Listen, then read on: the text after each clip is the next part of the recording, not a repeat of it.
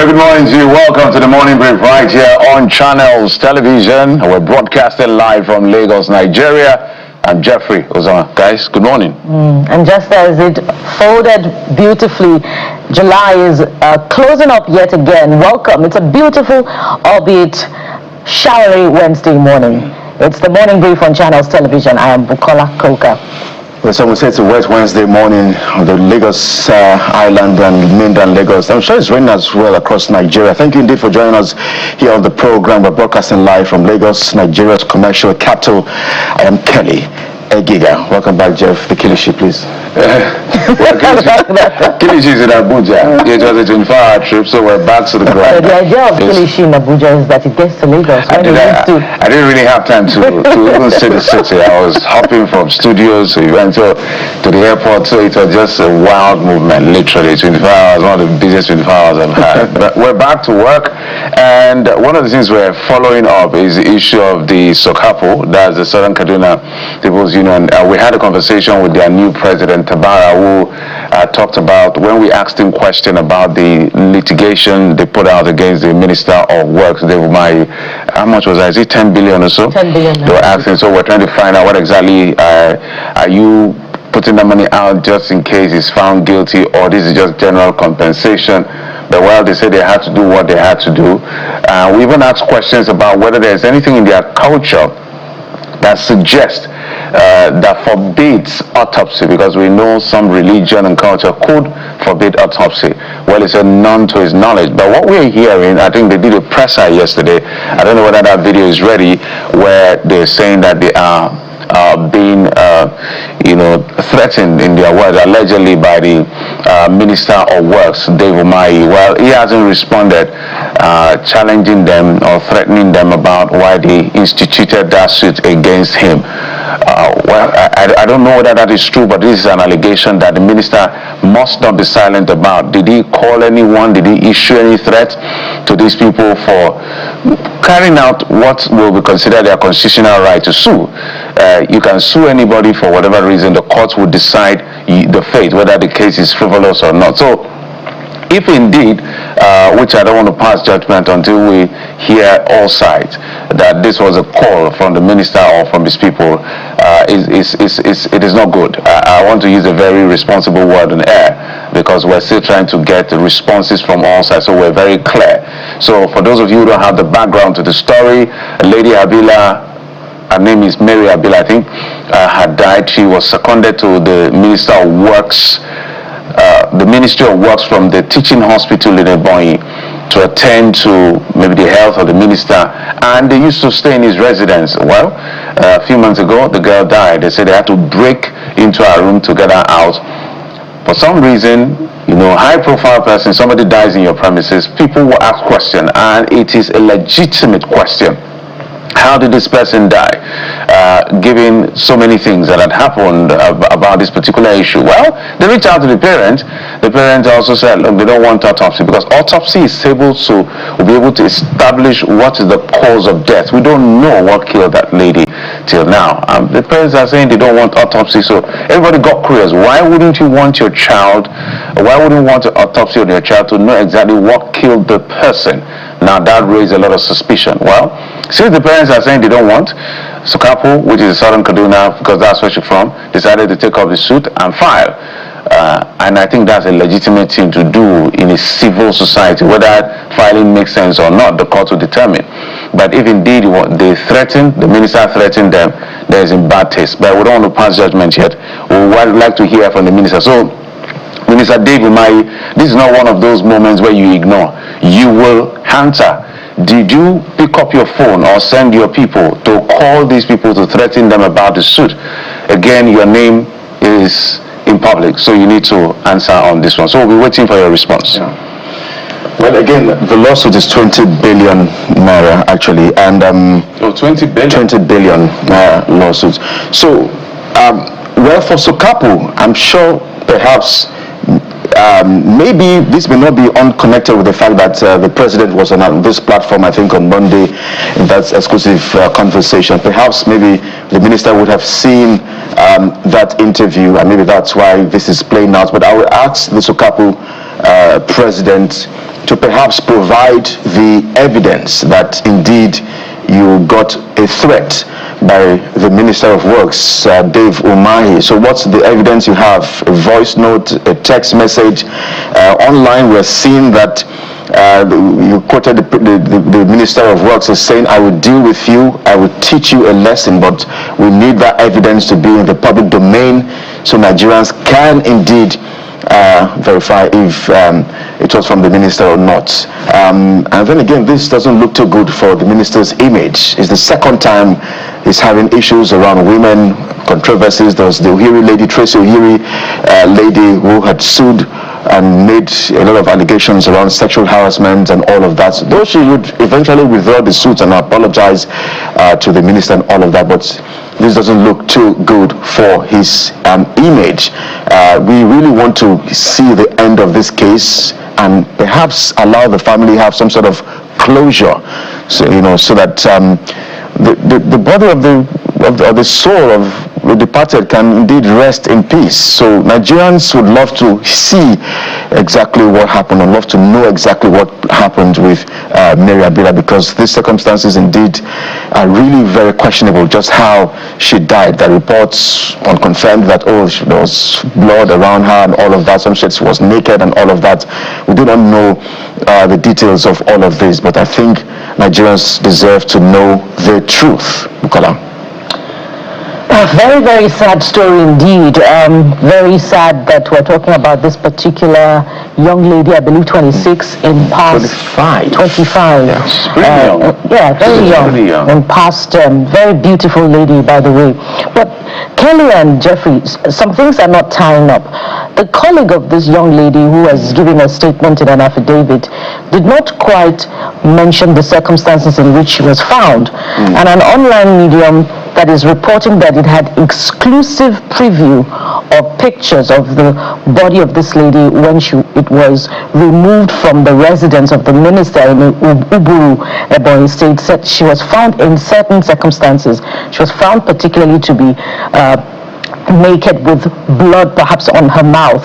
But in the statement given by this lady, who raised the alarm that she was not seen the following morning as they would usually meet, didn't quite state the circumstances. And this is the lady that ought to have from the report had an exclusive preview of the circumstances of the death of this particular person. That's something that is not adding up. We spoke with Mr. Tabara Kato, the leader of Sokapu, just some days ago.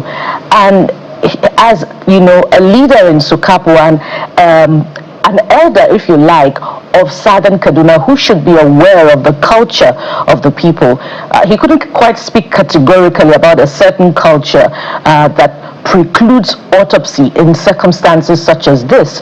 And so the family is ruling out autopsy and refusing to state clearly why they're ruling out autopsy besides that reference to culture, and is ruling out yet again any form of threat from any quarter. So there are things that are not coming together at all. Now, what was the nature of the threat? Let me double down on Kelly's position.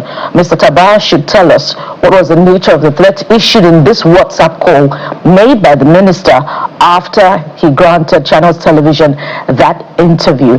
And the minister has a duty of responsibility to respond to these issues, to clear his name.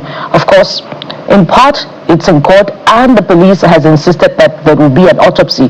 So another institution that needs to speak yet again to give clarity to these issues is the police. We must hear from the police. But it's looking okay, somewhat, on the part of the minister, because he has said there would be an autopsy, has insisted on an autopsy. So to that extent, it's rather difficult, to suspect anything untoward. But so many other things are not adding up, and we await the investigation. We hope that this will not go down in history as one of many unsolved murders.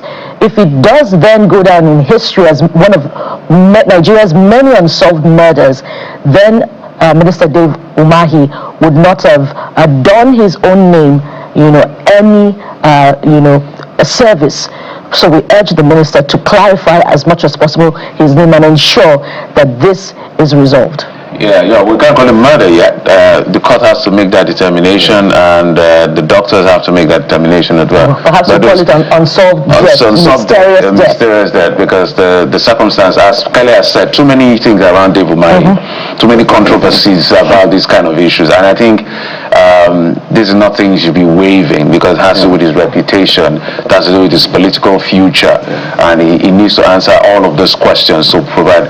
Because I watched him say, I want an autopsy done, and I think although he may not be able to totally determine that, I think it is in his interest to see how he can persuade the parents to make sure this autopsy is done, because if this autopsy is not done, Minister Dave Umahi, people believe otherwise, and there's nothing, absolutely nothing you can do about people's perception. It may not be the reality, so you should do your best to clear your name as far as this issue is concerned, because a lot of people are looking at you funny, so it's important you clear your name on this particular matter. But we'll move away from there to the issue of, we saw a report somewhere where we understand that Nigerians were part of the people seeking asylum, and I was like, oh no, not again.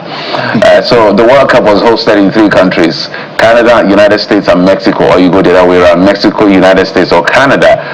We saw a report from one of the dailies saying about 176 nationals who went to the World Cup in Canada are seeking for asylum, and listed amongst them is Nigerians, or among them we have Nigerians. So we do not know how that happened, but I don't know whether that rubs off well on us as a country, as a people. We know the country is very difficult. Let nobody deceive you. No matter what the government is saying, they know the truth. Nigeria is hard right now in terms of the economy is biting. Security agents are doing their bit, but there's insecurity. So it's really a tough place to live in. But this is the country we have. We have to make it work one way or the other. So it was within people's right to seek to, live for greener pastures by their own definition, or greener pasture by their own definition. But using through this World Cup, guys, is what is a bit one kind. Let's use the word one. Nigerian has one kind in my head. What do you guys think of that? I think it's a common practice over the years that whenever there's this kind of global tournament, some people they plan their trip. They just plan their trip. So that once after the tournament, you know what? You look for a way to just, disappear or just stay or remain in that country. I think our sports correspondent Cecilia and I had a conversation some months ago about this, and she was telling me how somehow she got a call from the U.S. Embassy when a particular colleague, well, not from this platform, another platform, had to cover the elections, and they were calling her to ask her, are you sure that this guy will come back if he goes to cover the elections? Sorry, the World Cup. I'm not sure what year was that again. So we're used to people doing this, but maybe we should take solace in the fact that not only Nigerians, Ghana, Senegal are also in that list as well. We're not alone in this asylum seeking measure. I totally disagree with you. Thank God you're a pastor, Kelly. Your scripture says those who compare themselves with themselves are not what? Well, they're not seeking to steal anybody. they're just seeking for cover. Curiously, guys, at a certain point in history, I'm not going to mention the names of the characters involved now, if not some people will come for me, some people who are watching, but I have been told about a particular colleague in the World Cup that was done in the early 2000s, a journalist who went to cover that World Cup for a particular radio medium. Right after that World Cup, they never saw the journalist again, and so today the journalist has not returned to Nigeria. So, as you have said, Kelly, it's a typical trend, albeit one that is not very flattering on Nigeria. It shows again the issues. It reflects the issues back home. But I'm looking at the continent. Yeah, back home. Let's try to use at home. So I'm looking at the conditions, precedents to being granted asylum and participating in the World Cup. I don't know what issues they would then present if they were to make the formal request, but there are issues of persecution. Some people citing belonging to a particular group. I've in fact seen some videos posted on certain blogging sites where some people claimed to be certain peculiar category of persons, and therefore they didn't quite talk about us. I think that they tied it to asylum, and so those are the conditions. But those people must be investigated to be sure that indeed they have, experience issues of persecution back home, and then they belong to particular groups for them to qualify for asylum. But more often than not, those are very spurious circumstances, and then it speaks to the integrity of certain Nigerians back home as well. But if they have they've done their homework and they use the World Cup route, what shall we say? So If the foundation is destroyed, what shall the righteous do? We're talking all the time on this, but our girls didn't pull off a good one yesterday. Lost to Malawi, which making an appearance at the WAFCON, I think for the first time, 2-1. But I wore my Nigerian flag. I'm still in. So when it comes to national team, When it comes to football, Jeffrey. no, football, when it comes to national team, I don't joke. I could, play around. I'm a Chelsea fan, all of that. But when it comes to our national team, I'll support the girls all the way because they've always made us proud. But it wasn't a good outing for them. I wish them the very best as they continue to campaign on the continent. But we will take up, by the way, guys, July, what is this? July what? 29th. So July is how many months? 31, are we? 31 days. Yeah. I want to beg all political parties, all, please, especially now that the court has cleared the way for ADC and the rest of them, please, this month should be the last month. We should be here discussing leadership, registration, name change, deregistration. What is that? So APC, if you are responsible as alleged, I know you have denied, stop. If you're not, you people that are involved in all of this, put your house in order. Politics is a zero-sum game, so nobody's going to watch you come and kick them out of power. So whoever is please, let's stop, because from August we want to start discussing issues that are important to Nigerians. Keep your shenanigans with respect for another time. We just have a few months to the election. It's now time to ask the real questions on what you have done so far, and of course the alternative ideas from other political parties, so the Nigerians can make a decision. Well, Jeffrey, whether or not the politicians put their acts together, I'm proposing on this particular platform Yes, these are all we combine the issues, we create space for the issues, dual space for reflecting what the courts are saying, how the political parties are either conducting themselves, and as much as possible we begin to get the candidates to come in and talk about their agenda for Nigeria, to articulate their manifesto. Speaking of which, by the way, it's about 6 months to the elections now. Generally. Has the ADC presented its manifesto to Nigerians? Do we know what the NDC manifesto is? And so we should begin to engage leaders of those political parties and their candidates to come and articulate the policy ideas, the alternatives that they have as solutions to Nigeria's problems. We have the space for them, so we're waiting for them. We'll invite them. Don't worry. We'll take a break, and when we come back, we say, who is a member of the Nigerian Guild of Editors, is standing by to help us make sense of what the papers are leading with. Stay with us.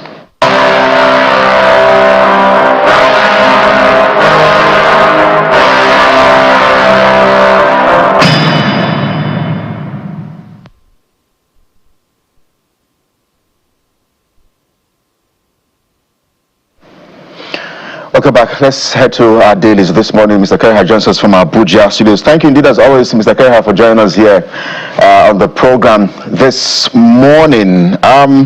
Perhaps we should begin with this. Nigeria. It says, no escape for killers. Tinubu vows after Kaduna deadly attack. No escape for killers. Tinubu vows after Kaduna deadly attack. Fresh incidents reignites concerns over state's fragile security gains as gunmen kill scores in Otukpo. So this attack, one too many, Mr. Kereha. Yes, the Kaduna State governor is in the news for picking a Christian running mate. But there we go again. Another attack in Kaduna State, and then, of course, Tupo as well, and some that may perhaps even go under the radar. Mr. Kereha. Oh yes, it's another sad day for every Nigerian.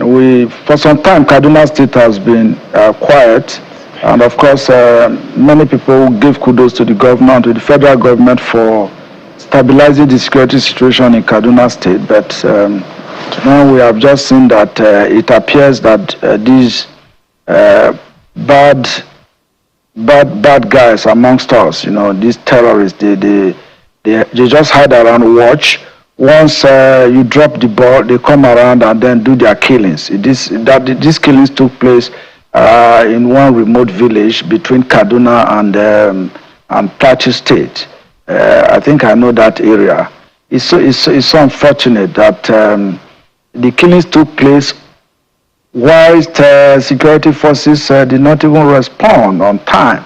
Where over 30 people are killed, houses burned. It takes quite some time to have all that done. So the problem really is that why does it take our security forces, the military, the police, the DSS and other security forces responsible, for responding? Why does it take them, so long? They always respond after the killings, whether it's in Plateau, it's in Benue, and anywhere in the country. This has always been the trend. Well, so I think the federal government is also attempting to respond to that by creating 4 additional divisions of the Nigerian Army. We'll see how that goes, but honestly, this is another sad period for Nigerians, and every Nigerian is condemning this, and we just have to step up. Insecurity, maybe just a moment, because the diocese of Catholic bishops visited Mr. President yesterday, and in fact, the Archbishop of Kaduna Diocese, Bishop Matthew Ndagoso, was there. He presented that paper on behalf of the Catholic bishops. I thought perhaps he should have been harder demands, from the Catholic bishops. He said nothing about the Christian about the security. Instead, he was commending the president for the release of the Oyo rescue of the Oyo kidnapped victims. That is what we see. That is what we see when you recall that for some time now, Nigerian clerics have been, facing a lot of criticism from, whether the Redeemed Pastor Enoch Adeboye, all of them, they've kept sealed lips. It appears they got a big padlock and they just seal their lips. Whether it's in the Winners Chapels, man, and all of them across. Now politics is coming again, and you can see you are right. I was also looking out to hear them, make very stringent demand of the president. And you saw the optics on television. The president was, it looks like, he was on familiar terrain. There was no tension in that room. So, and that is just what we are all regaled with at this point. This is not what the Bible says, because if you read the Bible very well, whether it is the prophets in the Bible, they held those, the government, authority at the time, accountable to the people. The Bible is replete with examples of, servants of God who were bold, who were courageous, and they were able to hold, whether it's King David, whether it is Saul, all of them, they held them accountable to the people. But what we see now is, men in the pulpit who speak from the two sides of their mouth. When it suits them, they call for governments to step down, but at other time, they just keep sealed lips. That's what we've been seeing. Don't also forget, during the 2023 general elections, we saw, this government, there's allegations that this government hired them. I saw some of them in Abuja. They wore they were dressed in bishop robes, and they wore, the caps, and they endorsed the president then, and then he was a candidate. They endorsed the president for that he's fit and proper to be president, and that the Christian community in Nigeria was supporting President Bola Ahmed Tinubu. Soon after, that charade took place, as you drive around Abuja, you saw some of them under the bridges, removing those dresses and then casting them into the bushes, and you saw them also sharing money. So that is how low we have fallen as a country, and it's really a shame.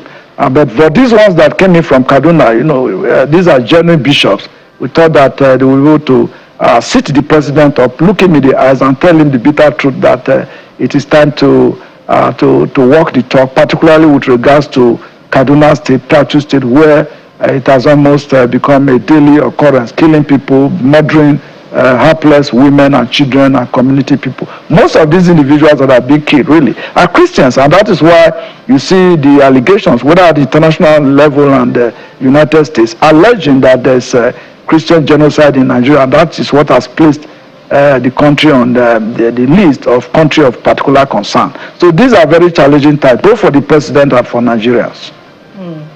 It's a very sad one, Mr. Keria. In Plateau State, just days ago in Mangu local government area, a number of persons were killed. We saw images of what happened, what turned out to be a very sad burial ceremony held in the community.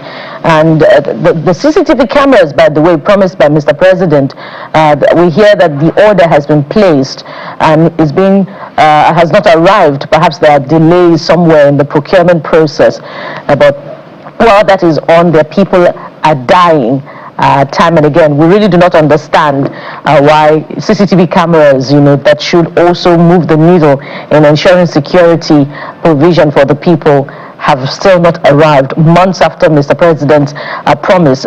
This is just to highlight that particular concern, such that this gets to the Plateau State government. Bukola, let me quickly interject you. What will CCTV cameras even do? In the first place, they've not been delivered. Even if they are delivered and installed, it is the world has gone beyond installing CCTV cameras. It's taken for granted. Those are very primary security control measures in very small countries. What we should even be doing, because Nigeria has a bigger challenge, is drones. Drones should be in the air all the time, monitoring and sending real-time intelligence to ground forces. So it's not about, and here we are still sitting down here talking about procurement of CCTV cameras. Many Nigerians have this in their homes. It is so cheap. Now there are all kinds of CCTV cameras everywhere that people can install, whether in commercial places or residential areas. And here, we have electricity on the streets. You just install them on the pole of the street lights, and then you can capture real-time images. But here, you see, we still do this bureaucracy and this brickbat. That is why there's a whole lot of anger that governance processes is too slow and the people are suffering. It's quite a challenge, I must say. Indeed, Mr. Keria, the same sad story is playing out in Benue State. Months after the president visited Benue, people are still being killed. Let's head to the Guardian newspaper, which takes a detour from the matter of security. Gubernatorial candidates' parties unsettled by running mate hurdles. This is an expose on some of the issues shaping deputy governorship candidates from Kaduna to Kano to Adamawa. I wonder if you have been following those stories. We briefly highlighted the governor of Kaduna State's choice of a running mate for his second-term bid, who happens to be a Christian. In Kano State, we've also seen the choice of Mustafa Rabiu Kwankwaso. So what are your thoughts on these developments as we head into the 2027 general elections? Well, I think most of the political parties are simply responding to the sensitivity that is being expressed by Nigerians. The Constitution expressly states, I think in chapter 10, I'm not a lawyer, that Nigeria is a secular state and that must be preserved. So I think many of these governors are simply, particularly in states where you have an admixture, a combination of Christians and Muslims. Many of these political parties, the governors particularly, are trying to strike a balance so that they can win the elections. In the case of Kaduna State, where Governor Obasani has picked Jerry Adams as his running mate, that is gaining a whole lot of applause. Many people are applauding that, the decision of the governor, because before now, former governor of Kaduna State, El-Rufai, introduced the Muslim ticket. I think that was that time there was a whole lot of condemnation. So if you look at Kano is one of the biggest cosmopolitan towns in Nigeria, where you also have where you have majority Muslims in Kano State, but you also have a sizable number of Christians, particularly the Igbos and Southerners who are doing businesses in Kano. And so I think the consideration for inclusivity during the voting next year is part of the consideration. Adamawa State, you have dominance of Christian population in that state. So I'm sure that the whole idea is to try and balance the equation so that you have a Muslim and a Christian on the ticket, so that you can carry the two major religions along. But the interesting part of this is that the assumption is that you only have Muslims or Christians in Nigeria. We also have people who don't even who don't subscribe to these two major religions. We have animists, we have vegetarians, we have the traditional non-orthodox practitioners. They are also growing in numbers, So, but basically, I think it is because of the large population of these two religions, Muslims and Christians, that most of these governors are considering in picking their running mates. Of course, you also know that the president, President Bola Ahmed Tinubu, has retained Vice President Kashim Shettima as running mate. That's a Muslim ticket at the presidential level for the All Progressives Congress. We see how all this plays out. I think it is, like I said earlier, they are just simply responding to the sensitivities and the complaints of many Nigerians belonging to either of the divide, whether as Muslims or Christians, depending on which state is involved in this instance. Zakaria, let's go to the Vanguard newspaper, which is our next, and that has to do with politics and litigation. The main story, deregistration of ADC orders was judicial rascality. That's according to the appellate court. Slams Justice Lifu's action, verdict corrected grave miscarriage of justice, and all that. So I think the article also said 2027 polls must be won at ballot, not in court. So we're building up to the moment. So you remember the Justice Lifu when the appeal court has said in an interlocutory appeal, I told him to stop proceeding. He went on and gave a verdict, and they were not charitable with their words. They came hard on him, and they came hard on him again, because there are two stays. One is still proceeding, one is still of execution. Now the court has decided. What do you make of this story? Well, that report, the judgment came out on Monday, and that was really widely celebrated by, again, many Nigerians who have held their breath. Because if you look at what has happened, if the ADC, which is one of the emerging, dominant big political parties, is deregistered along with the Action Alliance, the Zenith Labour Party, Accord Party, because those were the ADC and 4 other political parties that are involved in this. In May this year, that is when Justice Peter Lifu, May 15, I guess, that was when he gave the judgment. And by June 20th, the appeal court had made, orders restraining, of course, asking the Federal High Court in Abuja to stay action. That is the Court of Justice Peter Lifu to stay action. But he still went ahead anyway to give his judgment against the political parties, mandating INEC to deregister the 5 political parties. That was very, very extreme. And of course, if you look at the judgment that the appeal court gave yesterday, they used very unpredictable words, from judicial rascality to judicial impertinence on the part of the judge, and of course also almost asking the National Judicial Council to take some steps, and of course also saying that that is the National Forum for Former Legislators. Sorry about that. NFFL. I almost thought that was the Nigerian Football Association, Nigerian Football League. NFFL. I haven't even heard of that before. And the Court of Appeal described the NFFL as a non-juristic body. In the first place, that the suit was incompetent. And if you look at Section 255A of the Nigerian Constitution, on which Justice Peter Lifu premised his judgment, he talked about it gave a litany of legal procedures to qualify for a political party. It's either you win as president, a governor, senator, House of Reps, councillor, just win one seat, and then you are qualified to exist as a political party. Even when Justice Lifu's attention was drawn to the clear provisions of that section of the law, and of course the appeal court has rightly noted that he ignored that and still went ahead to give that very obnoxious and condemnable judgment as it is now.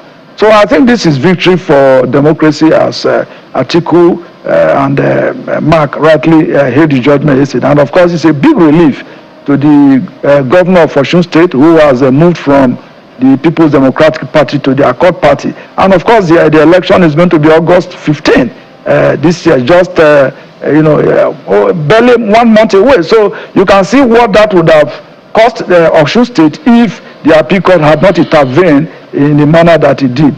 It's just simply restored some kind of judicial hope to Nigerians who believe that the courts are indeed the last hope of the common man, or anybody who feels offended one way or the other, that if you approach the court, you can get justice.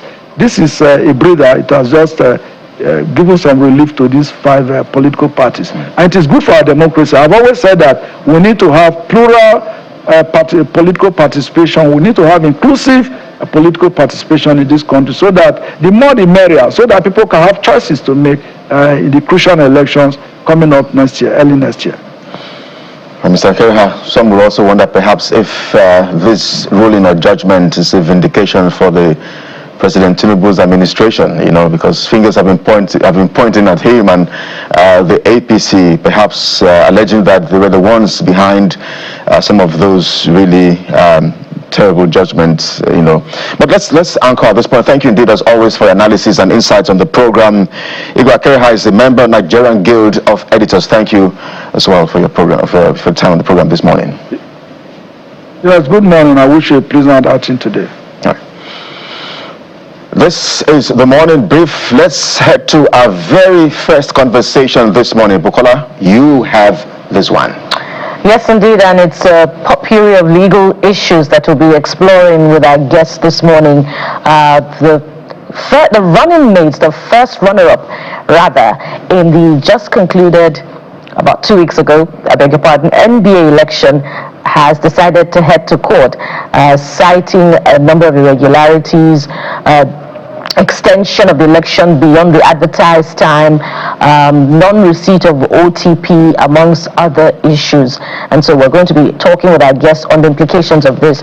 And then again, the Court of Appeal judgment, setting aside the High Court judgment ordering INEC to deregister ADC and other political parties, also gets our attention this morning. And we have joining us Mr. Libros Oshoma, legal practitioner and of course your law teacher on social media. Mr. Oshoma, it's good to talk with you again on this one. I recall after that election, you were first to scrutinize the process for us and give us insight. Perhaps this is good time for you to, just take a step back and take us down memory lane, that process. Perhaps you want to share your experience about how and if you voted, and how widespread this particular situation Mr. Kongwe is citing. Is it significant to call for a rerun of the process? Yeah, Bukola, thank you, and you caught me there, and so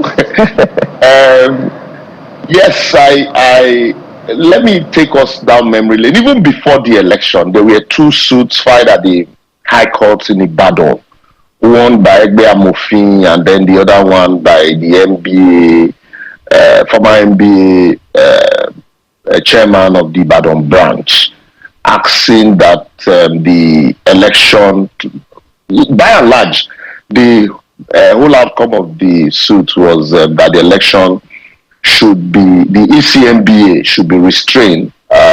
One was alleging that they were single-handedly handpicked by the NBA president, and that so they will not be fair in the process, and so the defense was of the view that the court lacked jurisdiction to hear the matter, and that secondly, even though the names were reeled out or nominated by the NBA president, but he was at what do you call it now, the NEC meeting of the NBA, and all members were present, and that if there were any objection at that NEC meeting, it would have been raised. An interim restraining order was granted and then eventually quashed at the Court of Appeal when the counsel to the ECMBA, Anthony Abdul Malik SAN, approached the Court of Appeal that alleged that the court of first instance lacked jurisdiction to entertain the matter. The Attorney General tried to step in to resolve the matter, but I think at that time it was already too late, and the directives were given, and the Court of Appeal heard that someone who is a party in a matter cannot give directive to the court. And so the Court of Appeal heard unanimously, 3 members of the Court of Appeal, quashing the Ibadan High Court judgment and heard that they lack jurisdiction to entertain the matter. And then the NBA election came proper. I would say, like I had consistently said, this is not the best of elections. So I would not sit down here and say, oh, yes, like Morrissey, it is the best. But I also think that INEC should borrow a leaf from this electronic voting that NBA has adopted. I think this is the fifth time now, consistently. And in every election, right, starting from the election of our very good friend Mondo Bani SAN as NBA chairman in the Ikeja branch, when what's his name now, our friend and colleague, late now, approached the courts, asking the court to quash the process. And since that time, we've consistently had this challenge of NBA election. It's almost like the lawyers that people look up to for their election, look up to defend electoral processes, also now had surreptitiously mortgaged their own leadership selection processes to the courts. So, right from, remember, even the Polusoro time, there were allegations of irregularity. When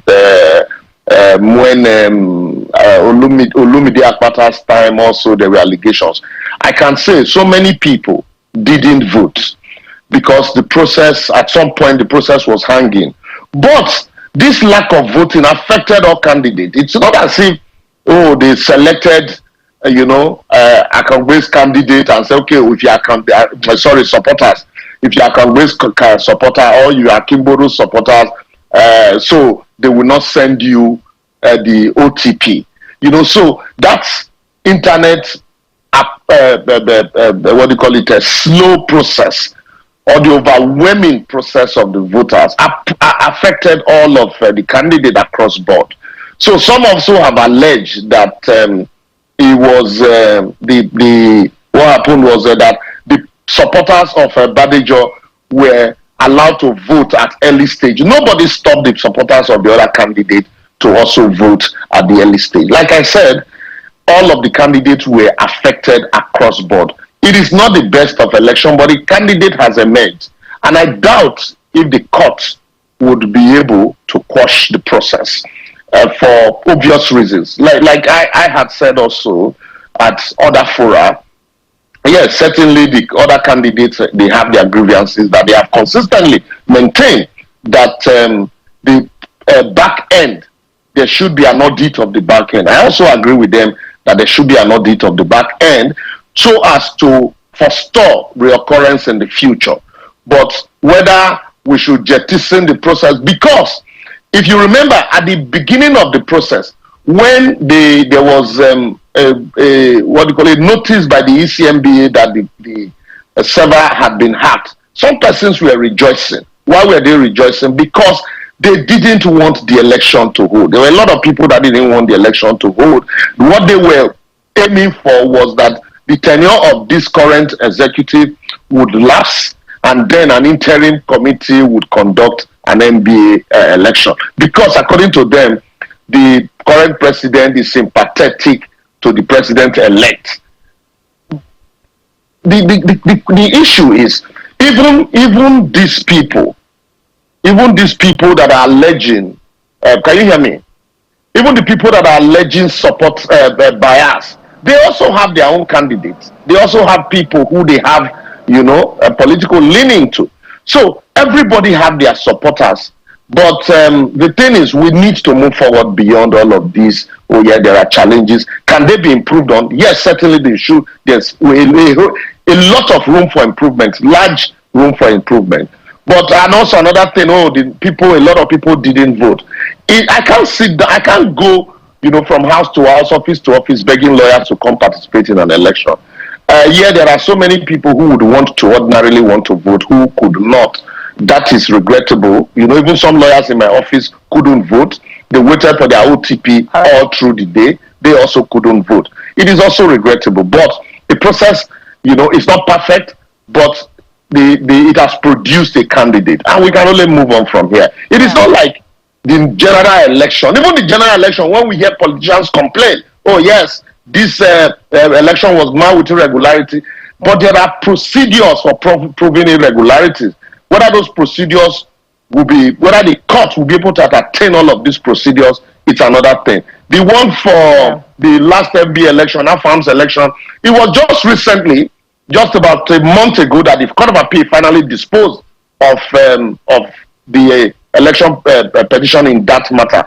We're still waiting whether they will go to the Court of Appeal. So for how long can we continue like this? Yeah, and I'm glad you wrapped up on that point, and you even began by citing some of the cases that were in court prior to this current election. And that's why I'm recalling Mr. Akongwe's position, expressed himself right here on this show when he told us he wasn't going to court because cases that were initiated during the last election have still not been resolved.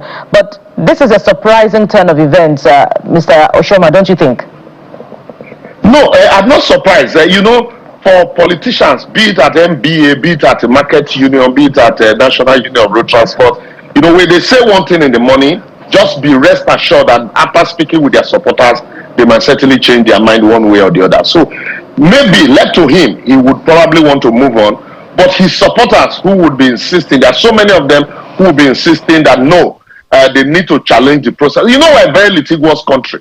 We need to challenge the process. We need to challenge the process. And so, maybe, because who is a candidate without his supporters? So if the supporter says, go challenge the process, certainly he would have a change of heart. Otherwise, the next time he comes out again, he won't see anybody behind him. So the supporters might, overwhelm him to challenge the process. And so he would decide whatever he had said before. If he's not able to convince his supporter to toe his line, then certainly he would kowtow to their whims and caprices. But like I had said, there is no time limit for determining the outcome of the MB election, just like you have with the national election. So this case, and we say, oh, the windmill of justice grinds slowly but surely, but we forget that justice delayed is justice denied. The case might even be determined after the expiration of the tenure of Badijo. So why don't we, as lawyers, now there are challenges. They are all senior counsel, senior advocate at that level, all members of the body of senior advocates. Why can't they, after what had happened now, I think there's a need for a stakeholders meeting with the Attorney General and members of the senior body of senior advocate, including past presidents, to make recommendation. Henceforth, this is how we need to go to save this back and forth of we want to go to court, because people are laughing. MBA politicians are pointing accusing fingers. If MBA that are quick to condemn INEC, now also there are complaints about the election. Even if the election even if every lawyer in Nigeria is able to vote, be sure that persons will still complain. So that does not mean that the MBA election is like the INEC election where you have glitch. And then talking about the extension, because there was a glitch and the process did not commence as at when it was supposed to commence, and also because of the traffic in online traffic, and at some point people were not getting OTP, the ACMBA decided to extend the period, beyond the time that the election was supposed to end. So extension of the period does not necessarily mean that it was only Badijo's supporters that were voting. Others also voted. So if you look at it, fair and by and large, even if you want to say that the process was not all too transparent, but you can still at least give it a 55 to 60%, pass mark. Whether that is fair enough or speaks well about the NBA and how you lawyers like to pride yourselves as, learned silk and all of that is also questionable. There are those also asking, for instance, going down memory lane, have previously, and all the controversy surrounding NBA elections in previous elections, have people gone to courts, and what is the outcome, or what was the outcome in such events? But let's take a moment. We'll come back to the NBA issue, Mr. Shama, because we need you to speak to this burning issue from the appeal court reviving the ADC and 4 other parties. In fact, the appeal court described that judgment as judicial rascality. I wonder what you make of this. Plus the fact that, you know what, there are those who are even calling for the probe of the judge, Justice Peter Lifu, who are saying that, you know what, he should be probed for such a judgment. I wonder how you respond to these issues. Mr. Sharma. Can you hear me? We can hear you loud and clear, Mr. Sharma. Go ahead. Okay. So, the issue, I was at your studio, I think a day after that judgment was delivered. And I did say that I wonder if anybody had a gun to Justice Peter Lifu's head for him to deliver such a judgment. I don't want to use the words that is coming to my mind now to describe that as judgment, especially considering the fact also that the Court of Appeal had before then asked Justice Peter Lifu to stay proceedings in the matter. We all know, every elementary law student know the hierarchy of courts. The Court of Appeal cannot be seized of a matter and the lower court is on head-on collusion with the Court of Appeal. That is forbidden, it's a taboo. It is judicial rascality, just the same way the Court of Appeal have described it. But however, the issue here now is that I wonder the face or how those people who were supporting Justice Lifu's judgment and trying to rationalize it, looking for how to describe it, and then looking for Supreme Court authority to say that if a judgment has been reserved, you cannot arrest a judgment that has been reserved. Meanwhile, as at the time the Court of Appeal asked for stay, judgment had not been reserved in the matter. And so, another thing I did say that INEC, by virtue of that section 225A, INEC is the agency that is statutorily responsible to deregister. INEC had deposed to an affidavit in that matter to say that these political parties had met the threshold. And what was the threshold? Win at least a councillorship. Even if you do not win, the Supreme Court had said, even if you do not win, but you are in court challenging the outcome of a local government councilship election, that you cannot be deregistered. Against the backdrop, all the 5 political parties, INEC had shown copiously that they won elections at the local government level, at the House of Rep, House of Assembly. And be that as it may, even the people that filed the suit also have not shown two things: that they are a juristic person capable of suing and being sued, and then also that they've not shown any interest that they will suffer in the matter, just like the Court of Appeal by Justice Wike has said, any injury they will suffer if the parties are deregistered. Rabble-rousers just woke up, approached Justice Lifu, and Justice Lifu, despite against overwhelming evidence, decided to listen to them.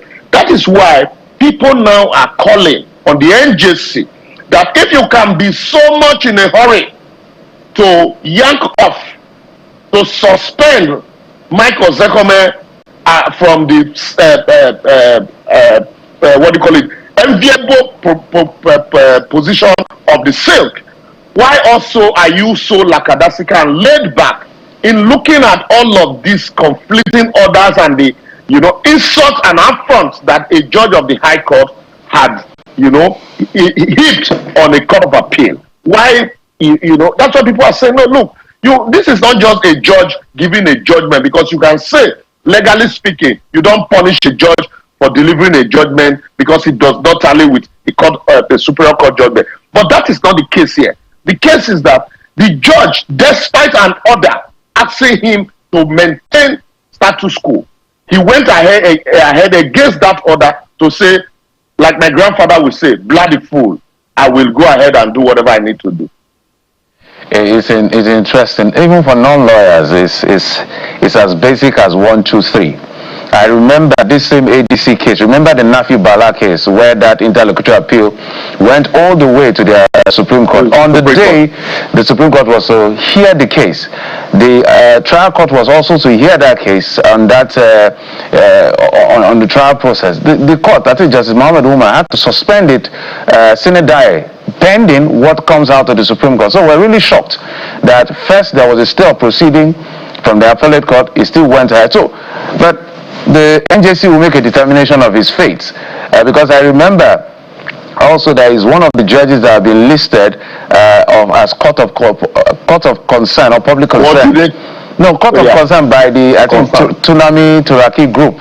About certain judges being assigned PDP cases. He was listed, Peter Lifu was listed, James Omotosho was listed, I think Judge Abdul Malik was also listed. So all of this is not looking good for the Judex, but that's the decision. No, I don't, that for me, I do not have a problem with whoever is assigned these cases, because courts, admin judges, what sometimes they use practice direction to segment the court. And so, for professionalism, so even in Lagos State, even though in Lagos it is clear-cut hierarchy, it is clear-cut distinction, you have criminal division, you have family and probate, you have general, then you all of that. But in this case, for example, even before that was done here, there was a time where if the judge is handling criminal matters, the tendency for the admin judge to consistently, assign criminal matters to that court, it's very high. So if some judges, certain judges are handling, political matters, and they've shown to be swift and fast because of the nature of those cases, it is also common for the admin judge to assign those cases to them. For Turaki, who is a senior advocate, should understand all of these things, that it's not because they have special interest, but because, or if you go to those courts, you find out that a lot of the matters in those courts are politically exposed cases.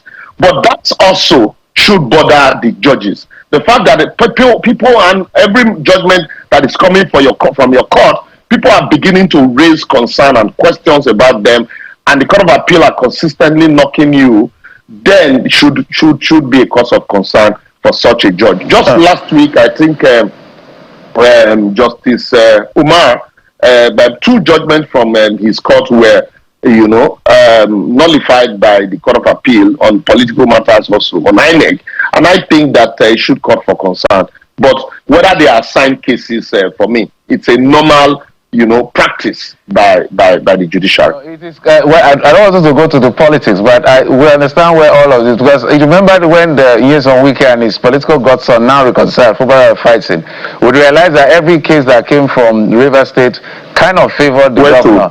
The ones that were in Abuja kind of favored. So see, John, let me take your mind back. This same PDP, remember the Modu Sheriff faction and the McAfee faction. Yeah. In 2015, immediately they left office, you had every judgment that came from Abuja would favor the Modu Sheriff faction. Every judgment that came from Port Harcourt, Wike was governor then, would favor the Ahmed McAfee faction. So it was a pendulum, it was a sing-song. Today Abuja will give judgment, tomorrow the Port Harcourt will give a completing judgment. So we are seeing it again happen, during that impeachment, resignation or no resignation, sack of the House of Assembly members or sack of or not. The State High Court dabbled into the matter even though they didn't have jurisdiction, and then the Federal High Court in Abuja, it was almost as if they were doing the bidding of the Godfather in Abuja. So when things like this happen, that's when people now begin to second-guess the judgment coming from court.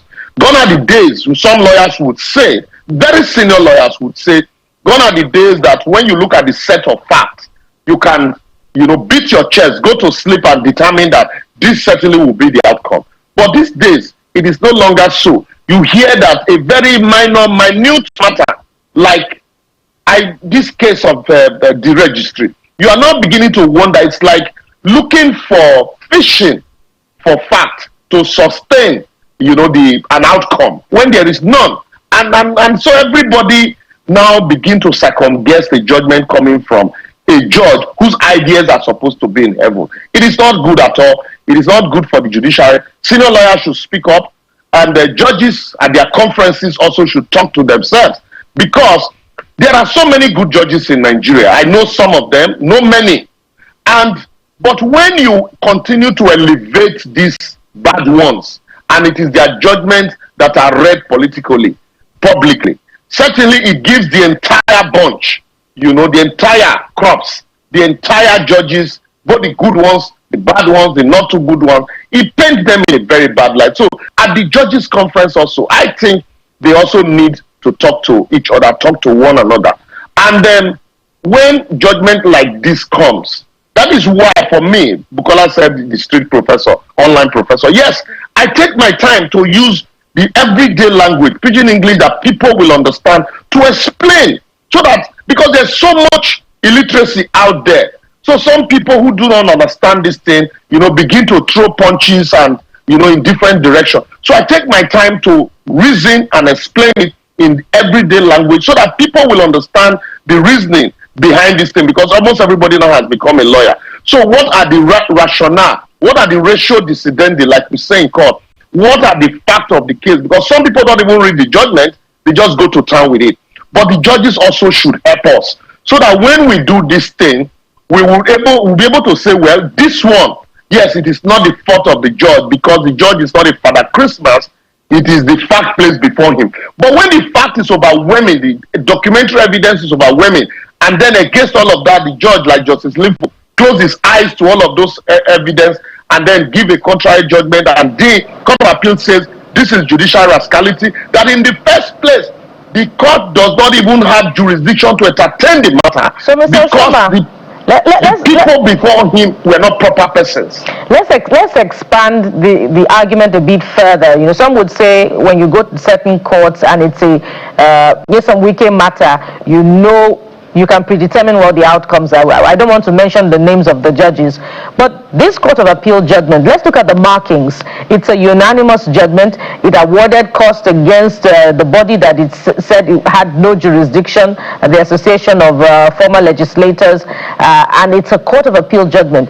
Shall we then say that if a case gets to the Court of Appeal, indeed justice will be done and would have been seen to be done? Or should we look at other Court of Appeal judgments in other cases and also ask for, judges to be more above board even at that level? Are we saying that there are certain levels where indeed, justice can be relied upon to have been done? Let me take the Turaki faction allegation, for example. No matter the relationship that Wike might have as a member body of benchers, no matter the relationship it might seemingly have with the profession, and also as a lawyer, I also think that the opposing party, in some cases, play themselves into the hands of this man. Before I go to Wiki, let me start with the MBA suit. When that action was filed in Ibadan High Court, there was the presumption that, since the senior lawyers involved in the matter plied their trade in Ibadan, that the court in Ibadan was going to be favorable to them. But at the end of the day, the Court of Appeal said otherwise. That's on one side. Also, the Turaki faction, for example, the court told them point blank, don't go ahead with your convention. Don't do it. Hold on and wait for the outcome of this court determination. It was Lamido, Lamido, former governor of Jigawa State, that approached the court. And the court said, well, by your constitution, you cannot deny him participation. But they went ahead. By going ahead, they played into Wike's hands.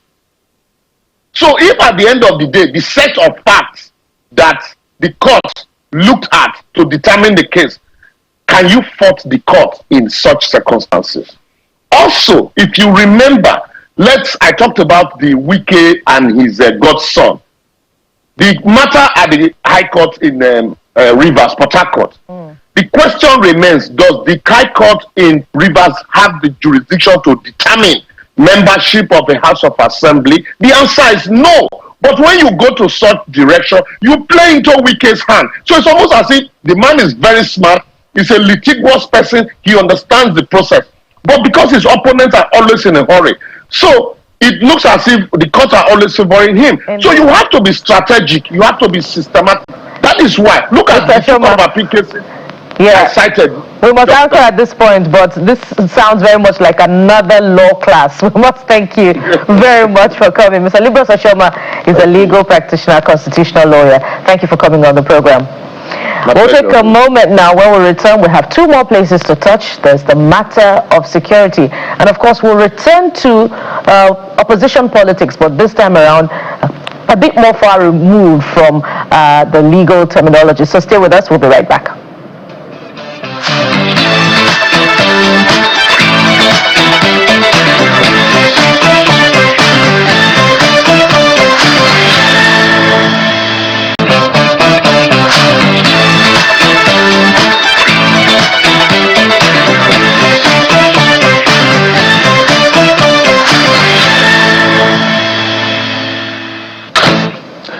Welcome back. Let's talk to Dr. Sani Shinkafi. He's a security expert, executive director at Patriots for the Advancement of Peace and Social Development. Dr. Shinkafi, good to see you and good morning.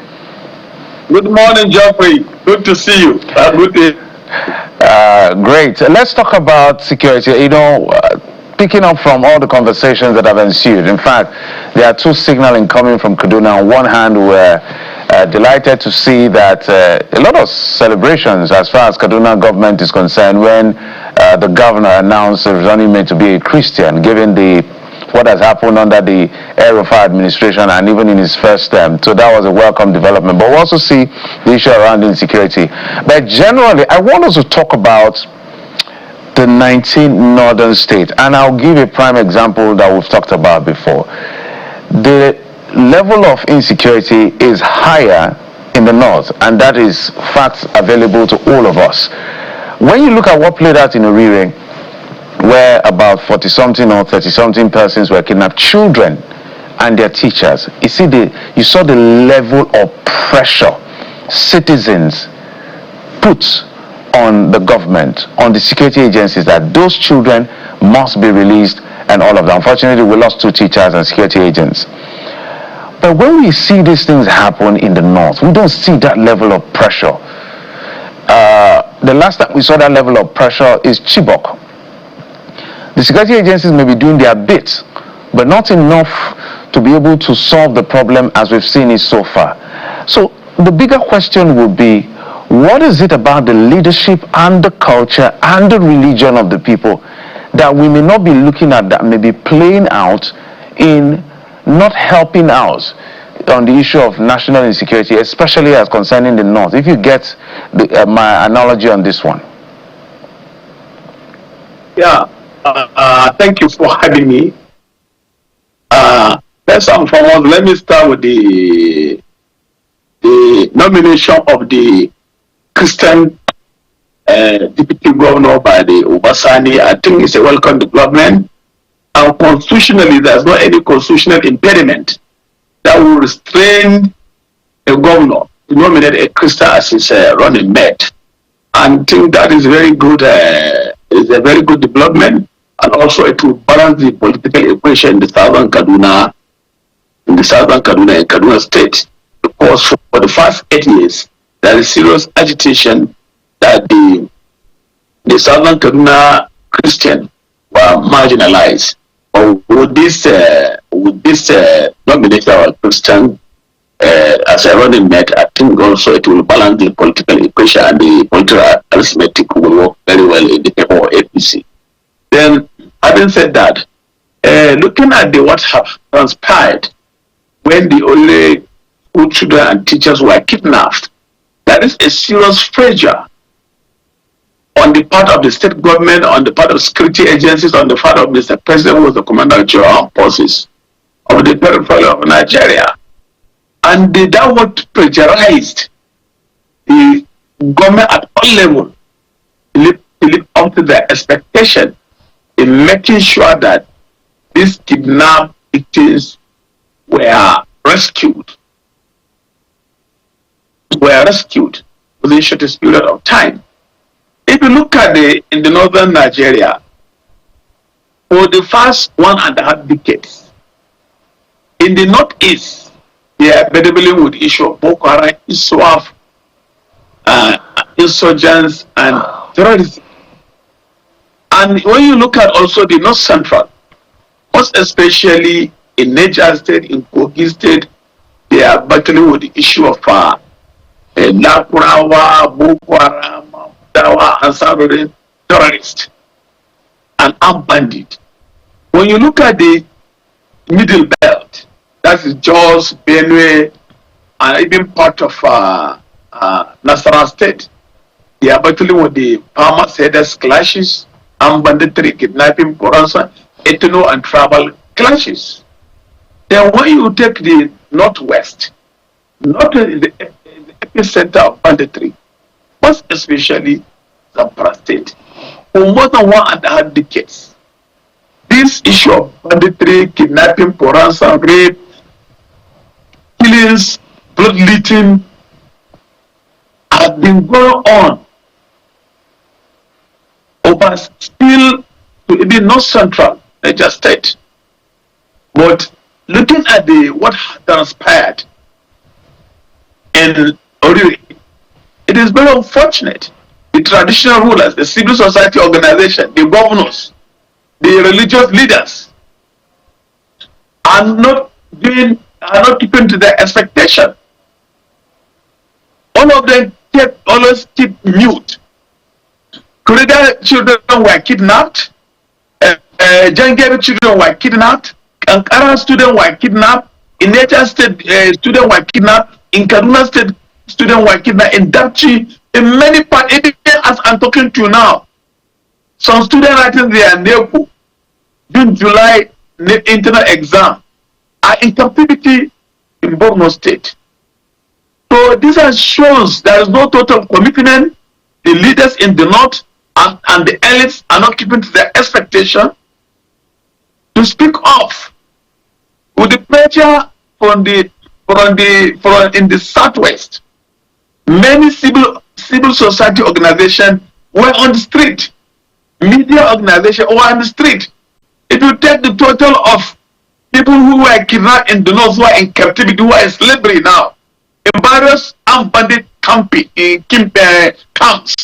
they are more than 4,000. They are not up to this amount which were kidnapped. We are not up to 1% of the total people who were kidnapped in the northern Nigeria. And the governors keep mute. I salute the courage of the governor, how he stands still to make sure that this the student and the children were released unconditionally. And yesterday he took even delivery of 2 surveillance aircraft to support the security operation in Oyo State. Looking at the topography of the area and the geographical location of the area is very forest. That's forest, a lot of forest, and they share boundary with the Benin Republic. So looking at this, if you critically analyze the leaders, both the governors, both the traditional rulers, religious leaders, civil society organizations, are not living to the expectation to speak of. I mean, some would also question the fact that they had to take 2 teachers to die in that Oriri kidnap before the Oyo State government finally had to make that purchase. Whether or not it was in the pipeline, we do not know. All we know is that it only arrived after pupils and teachers spent 56 days in captivity. There's the Northern Nigeria Trust Fund. The 19 governors of the North, they say they want to donate 1 billion naira every month to tackle insecurity. Are you optimistic about this?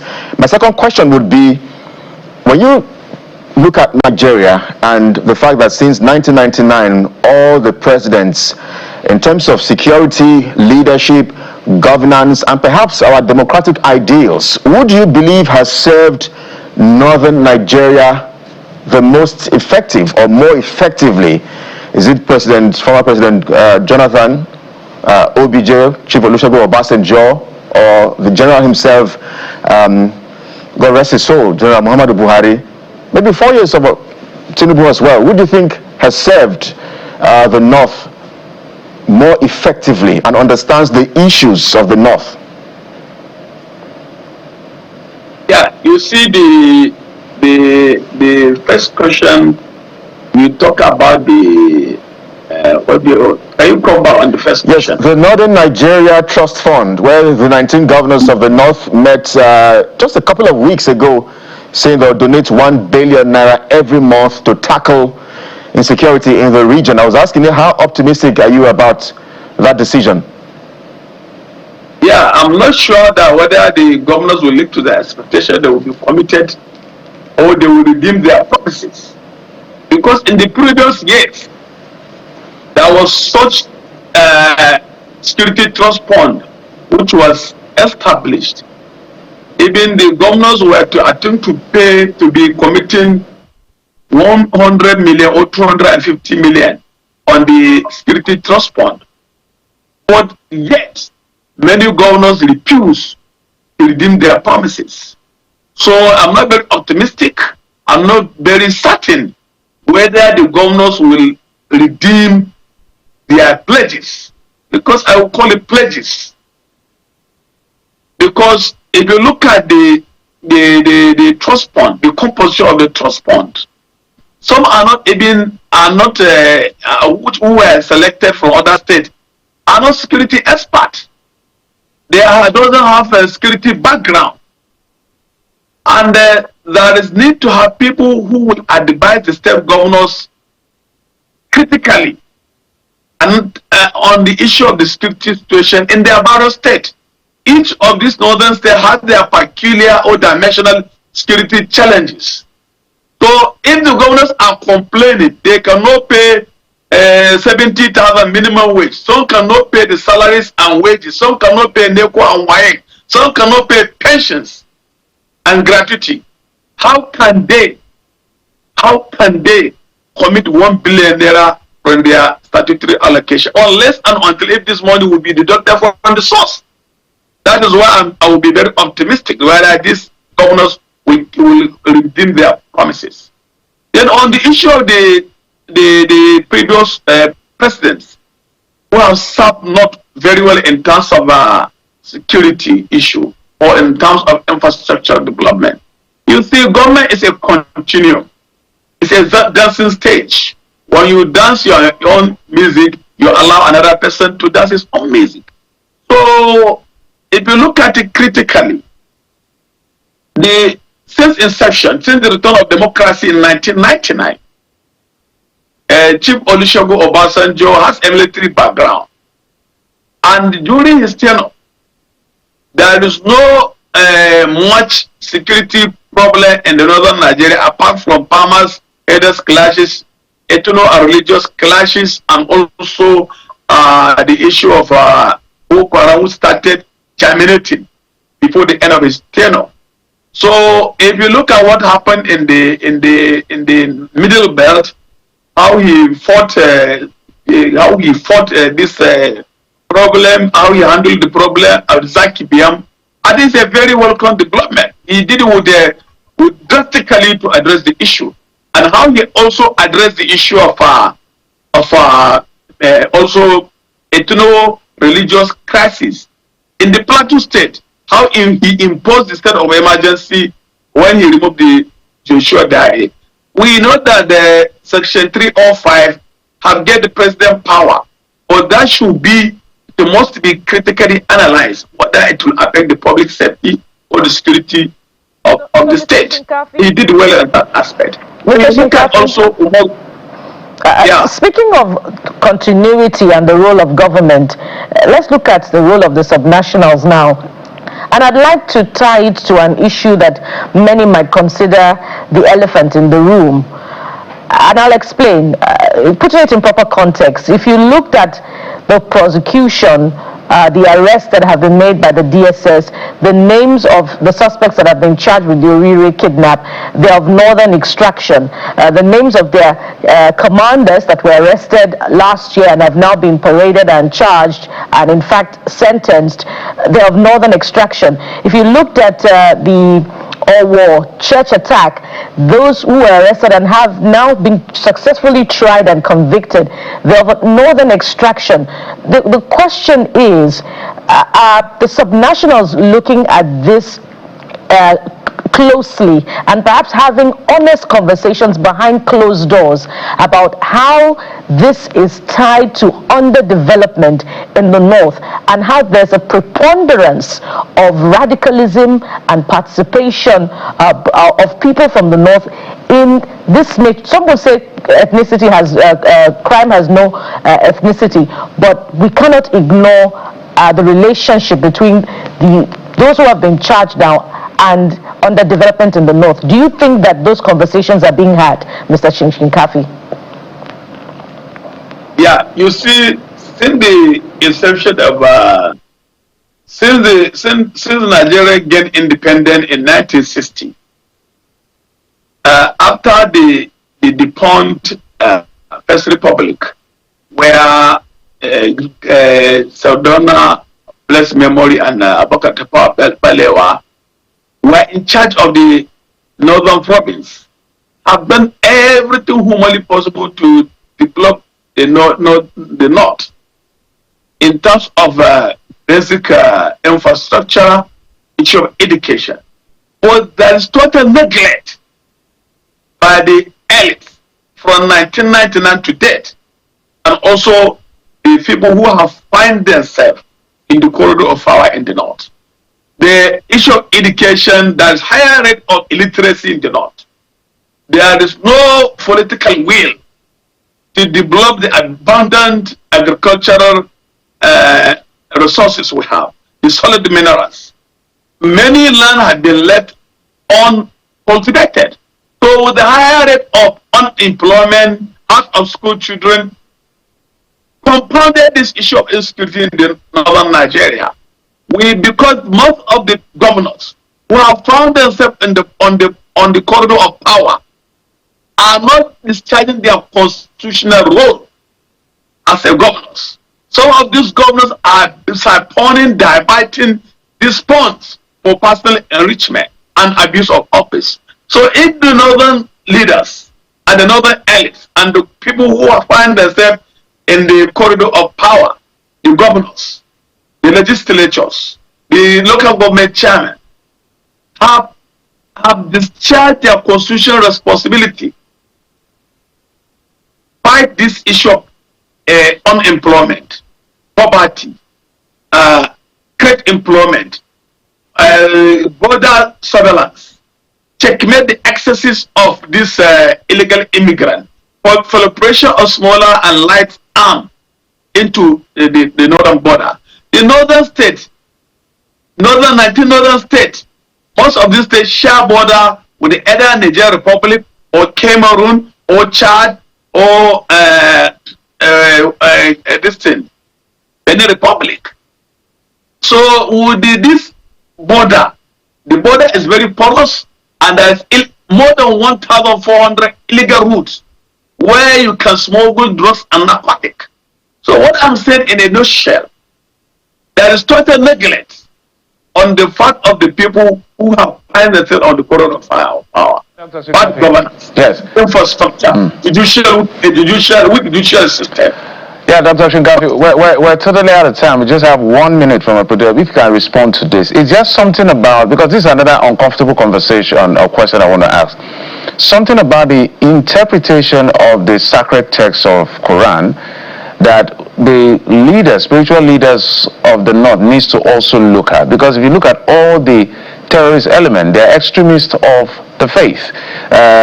Boko Haram, ISWAP, Al-Qaeda affiliate like Ansaro and all of that. So is this also a conversation being held behind closed doors that the Islamic faith, the Muslim, needs to look at the interpretation of the faith, and for those who advance peace, need to overwhelm these ones who are driving this extremism, because all over whether it's Al-Shabaab, whatever name you want to call, you always see them tied to the faith. 1 minute if you can. You see, there is no any scripture of the Holy Quran or the Hadith collections that have have guaranteed insurgency or have guaranteed extremism. All the scriptures of the Quran have clearly spelled out the penalty. Anybody who killed the person should be killed. In terms of the Hadith collection, it was clearly guided that how Muslims should conduct their life. There is no room for killings, no room for rape, no room for armed banditry, no room for any extremism. So anybody who has been killed should also be sentenced to death. But there should be a follow through constitutional means. All right. Either through Sharia law or other English law. So no any provision in the from the 160 chapters of the Holy Quran in the whole Hadith collection, Muslim, Muwatta Imam Malik, many Hadith collection, there was no any provision in the Hadith where it has guaranteed extremism or any ideological the way they are taking it. It was Holy Quran. Yeah, all right, Dr. Shingafi, it's important you put that out in the public because whether it's Ansaro, Al-Shabaab, Al-Qaeda, we can go on. You know what I'm talking about. No, when you talk about Al-Shabaab, Al-Qaeda, ISWAP, the terrorist is a terrorist, no matter how they name it. Whether Dukrawa or Ansaroti or Mahmudawa. All right, Dr. Shingafi, totally out of time. Sani Shingafi is a security expert, executive director at the Patriot for the Advancement of Peace and Social Development. Thank you, sir, for coming on the program. Thank you for having me. Looking forward to see you again. Absolutely. So let's take a break. And when we come back after this break, we'll switch gears to politics. Stay with us.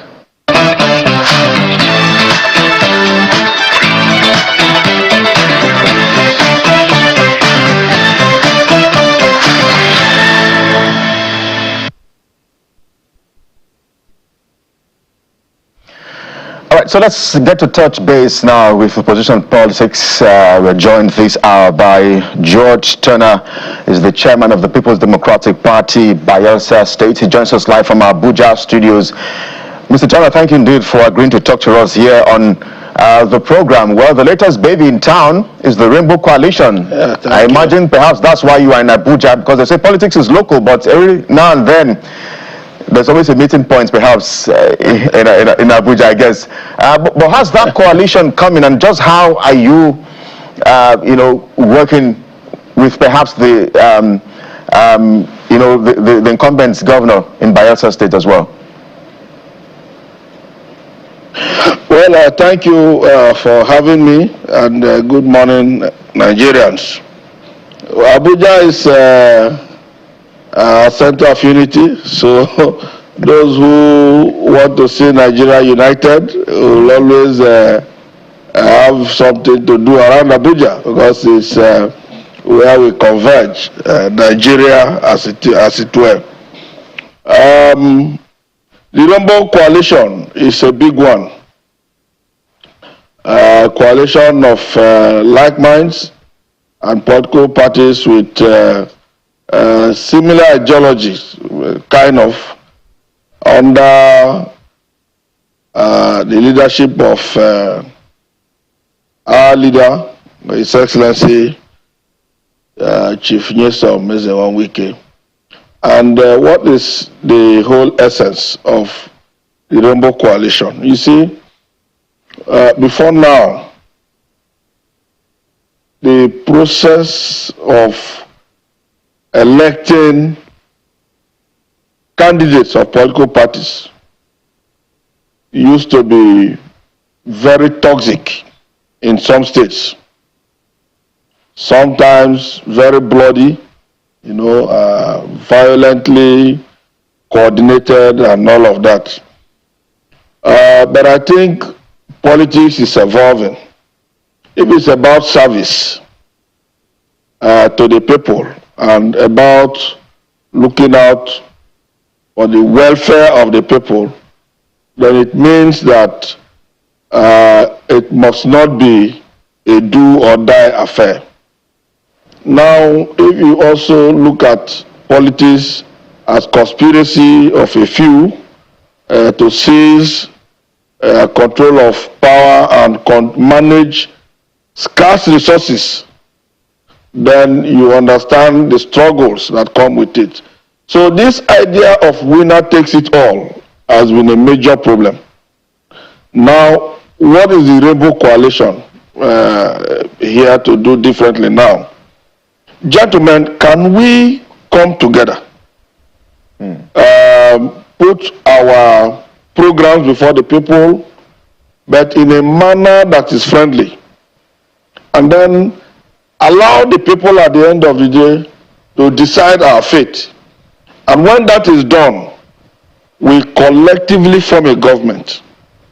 So it diminishes the whole struggle, the violence that comes with, must get it.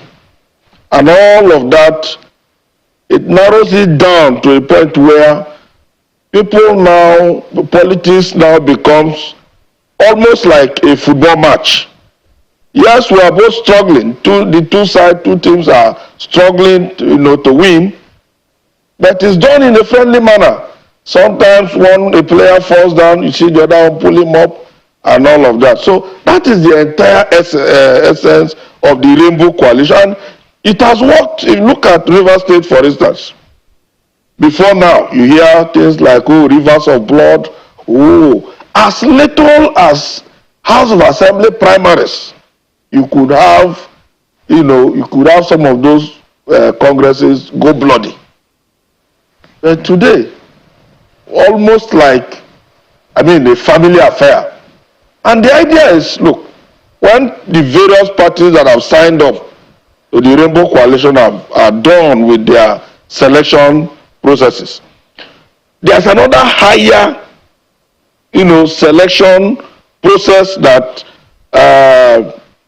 will happen. Again, now stakeholders sit back. Okay, party A, party B, party C, you have brought X, Y, Z candidates. Can we profile these candidates? Can we agree on where to go? So that will now make the election again a very friendly and peaceful exercise. So if this can be adopted across board, our politics in Nigeria will be refined. Mr. Turner, you're sounding... it will also lead to development, as it were. Before I yield to my colleague, Mr. Turner. Change completely the narratives. Mr. Turner, I know you're sounding like a politician, so I'm not going to fight you for it. But that's just politics. What you have just described there is not democracy. It's antithetical to democracy, because democracy should give you... No, it's democracy. It's not democracy in the interest. People at the end of the day... No, it's democracy. People at the end of the day have the final say. Yeah, it's democracy in the interest... Wait now, is it democracy in the interest of you politicians? The people want to have clear choices, alternative ideas, as clear as crystal. If you guys cannot put your house in order to be mature enough to fight responsibly and not kill yourself, that is your problem. It's not our problem. Our problem is give us options, option A, B, C, and let's make a decision on the best option. But what you are, let me tell you what you have described in this coalition. That's not what you're saying. That's not what the coalition I give you an instance. I give you an instance. For example, in Rivers State, all the parties that have signed up on the Rainbow Coalition have put forward their candidates. And let me tell you, the democratic process of selection of candidates at the party level, that is where the democracy comes to play. So because it is at that level where the people put forward their best. And then the general election is just an affirmation. It's okay, we have looked at all your candidates, I think we can go with this. So the Rainbow Coalition does not preclude anybody party or stop any party from putting forward their candidates, and nobody is imposed on anybody. So like in Rivers State, the PDP has their governorship candidate, the APC has their governorship candidate, the LP has their governorship candidate, all the parties that are in the rainbow have their governorship candidates. But at the end of the day, what we are saying is that rather than the aggressive and cantankerous manner of going about campaigns and elections and making a do or die affair, every party now knows that, look, any party that wins at the end of the day, we are all on the table. So who is the interest of Mr. Turner? State and the people of Rivers State. Mr. Turner, who is the... And I swear, like in Bayelsa, we are launching the Rainbow Coalition any month from now. Okay, I reckon the Minister of the FCT is the leader of this Rainbow Coalition in Bayelsa and in River State. Am I correct? Across the country, it's a big coalition here. Across the country. And proudly so, yes. So he is national leader of this. Father and leader. He is national leader of this Rainbow Coalition that comprises all these political parties: the PDP, the APC. You mentioned the Labour Party. Am I correct? National leader of a coalition of political parties under the Rainbow Coalition. Yes, of course, he is a leader in the Rainbow Coalition. All right. So what values? And a lot more parties are coming in to the Rainbow. What values define the relations and existence of these political parties? Yes, okay, so now this is where it becomes even more interesting. The idea that service is the primary purpose for seeking public office. So if service is the primary purpose and service to the people, now if that is the case, do we need to kill ourselves? Do we need to kill the people in the process leading to taking control of scarce resources to apply same for the benefit of the common man and the populace? The answer is no. And that is why I say, look, can we come together? Coalition is not new to politics. Even in Nigeria, we have had opposition coalition. Even recently, some attempted to have opposition coalition. There was a summit in Ibadan where they met and said, oh, the opposition is going to produce a single presidential candidate. That's coalition, though it has failed. If there was misconduct, in this rainbow, Mr. Turner, if there was misconduct exhibited by any member of this coalition, and it was tantamount to anti-party activity, by what rules of which party would these persons be brought to book? Would it be the rules of the Rainbow Coalition or their own political party? No, see, the political parties maintain their authority and their existence within the confines and limits of their rules, the constitution and whatever. The Rainbow Coalition is an understanding, people coming together, like minds, political parties with almost similar or same ideology to say, look, we all want to serve the people. In doing this, can we organize ourselves in a friendly manner where we put the interests of the people first? That is all. Where we put the interest, we do not need to kill ourselves. We do not even need to kill the people we want to serve. Look, we should thank the brains behind this Rainbow Coalition. Mr. Turner. Because if you look at the primaries, it has shown clearly that it is the way to go. In 2015, in 2014, we had a coalition of opposition parties. Mr. Turner, the then CPC, ACN, and all of that. Even a part of PDP. Don't forget, even a part of PDP, the NPDP, remember, yes, the new came PDP. under a coalition. Exactly. So what is different? What is different now? So it will be interesting to see whether perhaps the governor of Bayelsa State will also align with your Rainbow Coalition. I'm wondering if you align with that. But maybe my question to you would be... Just quickly, yes, in Bayelsa, the Rainbow Coalition, I can tell you, is coming very big. And people have the options to, either... Will the governor of Bayelsa State, who is now a member of the All Progressives Congress, is he in alignment with the Rainbow Coalition? Well, that would be his personal decision, but I can tell you that there are APC leaders already in the Rainbow Coalition in Bayelsa. All right. Whether or not already in the Rainbow Coalition. Whether or not the FCT minister would have perhaps given room for that kind of level playing ground if he were the governor of Bayelsa State is another big question. But is this happening because the PDP has absolutely fallen apart. The party that prided itself as the biggest party in Africa. Is this why perhaps members of the PDP are trying to just look for a way to salvage the name of the party? Because I'm not sure, your presidential candidate, Professor Sunday Ono, who is a former senator, for instance, does he even stand a chance at all? A man who lost elections in Cross River State becoming the presidential candidate of the People's Democratic Party, Mr. Turner. Okay, so I'll tell you this for free. The PDP remains the biggest and largest political party in the sub-Saharan Africa. Our capacity to win elections is not in doubt. Yes, we had a moment of crisis, but we're out of it. In Rivers State recently, you saw that we won a Senate seat in one of the by-elections, very recently. In the FCT area council's election, you can't wish PDP away. So I don't know where you have been.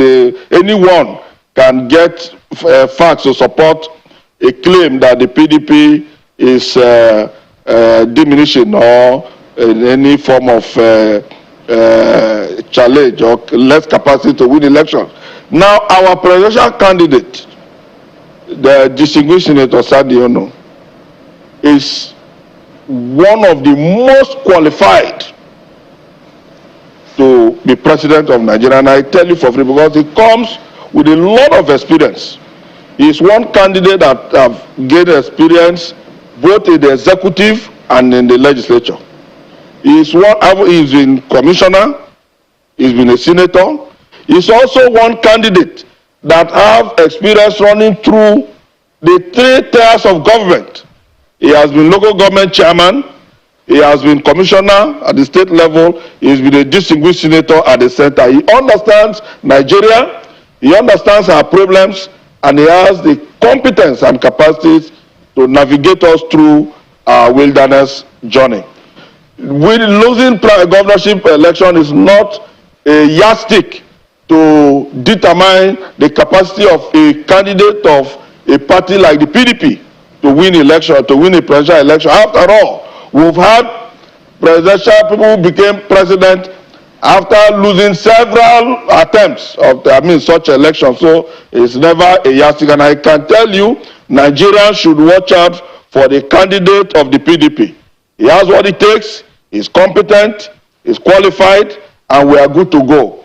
In any case, we are in the Rainbow Coalition. At the end of it all, the Rainbow will deliver to Nigeria, both at the subnational and at the center, a government that unites all of us, a government that drives our progress, and a government that keeps Nigeria together. Mr. Turner, I'm just laughing because first let's dissect all this. I'm not here to make you cry.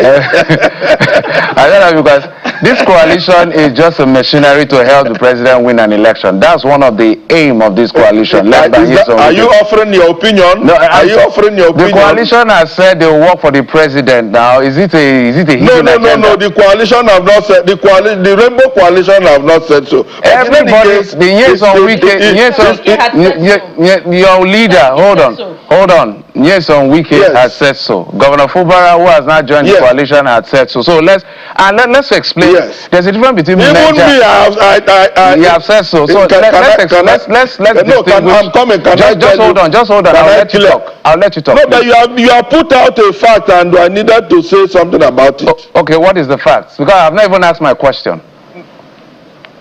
No, because you have alluded to so that our leader has said this, but let us understand that our leader, the only statement he has made with regards to the Rainbow, if we want to be very truthful, is that we have no candidate, no preferred candidate at this moment. I said the leader. You're not saying anything. I thought you said something. Just leaders of the Rainbow will meet just hold on, so that I can ask my question. On which candidate to go with. What we are saying, the leader, your national leader, as you call him, has decided that President Tinubu all the way a governor has said so.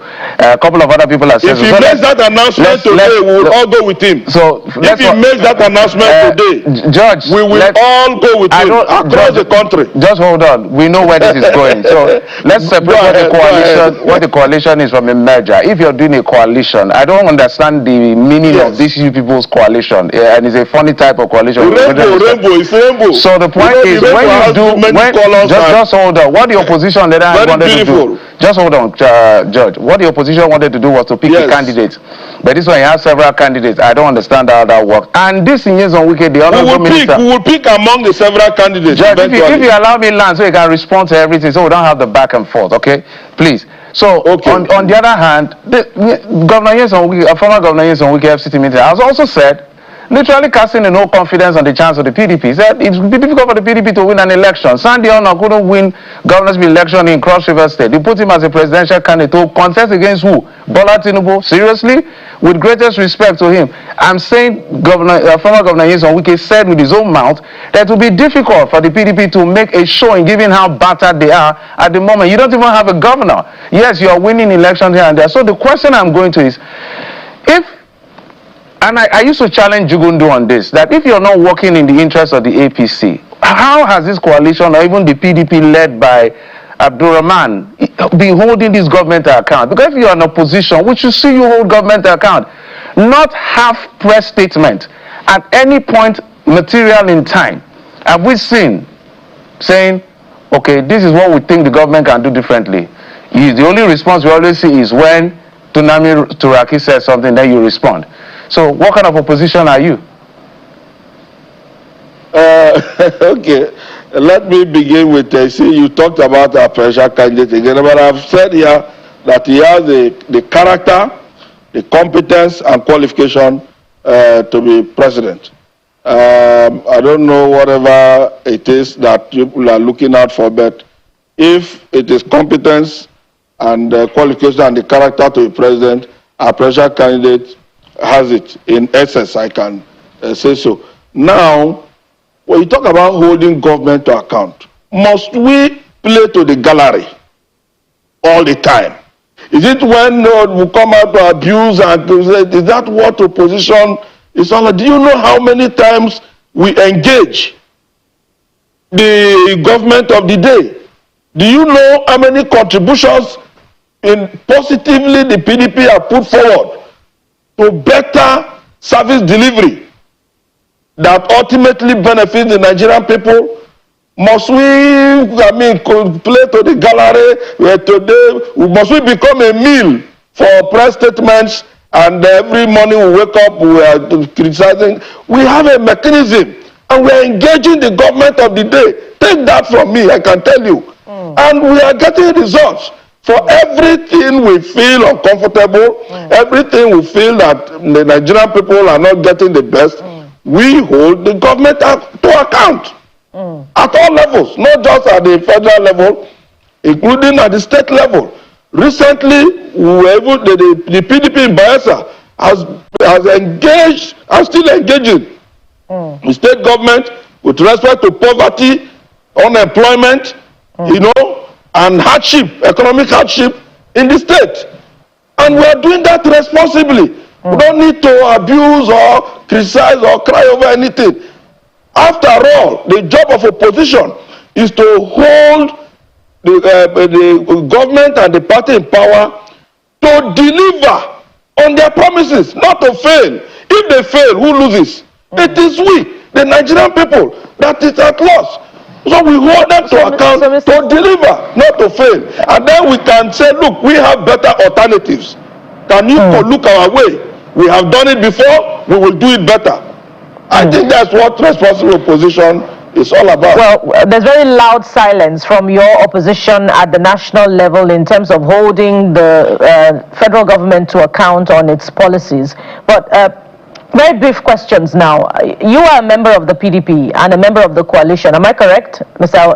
Turner? Yes, proudly so. Proudly so. Who are you supporting at the presidential election in 2027?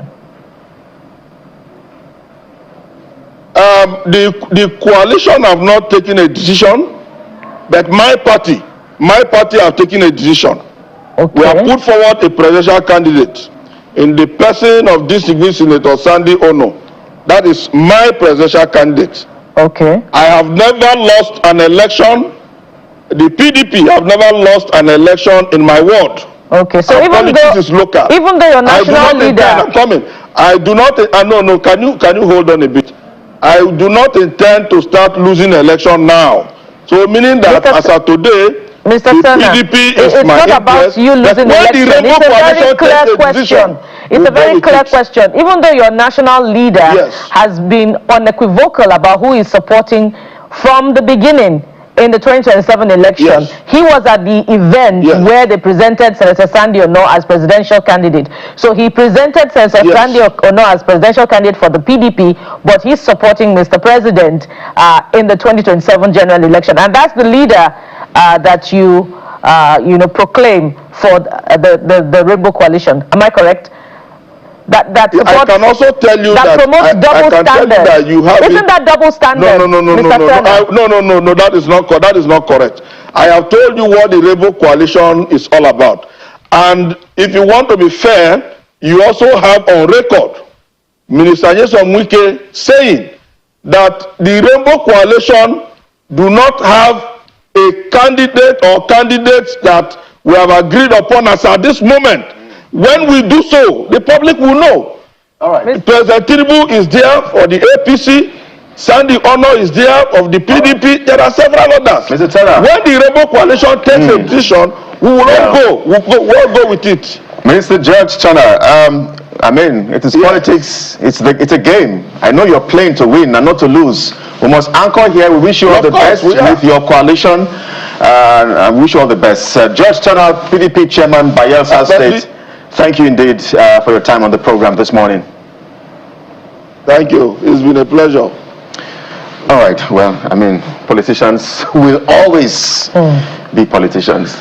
Well, it's a game. It's the name of the game. I've always told. Very clear double standards. Yes, I've always told Jugundu that I don't understand what kind of opposition they are opposing, but maybe it's a new definition. But let's go to what you guys are leading with, talking about on social media.